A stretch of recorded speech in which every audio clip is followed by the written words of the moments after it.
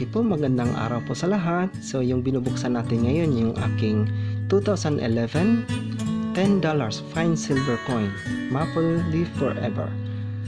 Fine silver ibig sabihin nasa 99.9%, almost perfect po siya na silver.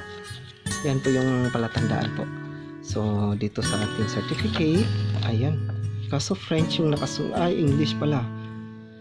So yan po yung mga nakasulat. Medyo mahaba-haba yung write-ups niya, parang history, bakit siya naging maple. And then sa last part po niya, kikita natin ang certificate. Ayan po, English and also French. At ang kanyang serial number. So, ibig sabihin, yung bariyang to ay may 100,000 pieces. So, yung bariyang ito ay nasa 1,470.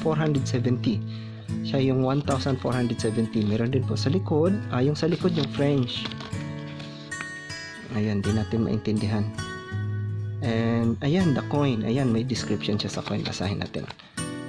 Yung coin po niya ay $10, certified to be 99.9. See? So, almost perfect. Ang grams niya ay 15.87 grams. Napakagandang barya po. So, complete set po siya. Coin, box, and koa, at may kasama pang sleeve.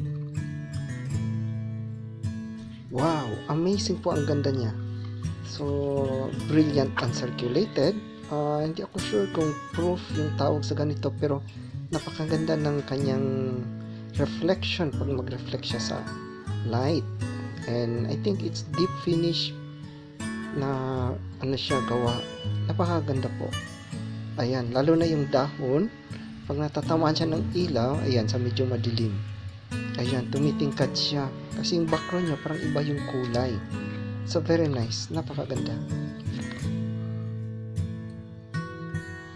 So, ayan po. Maraming salamat.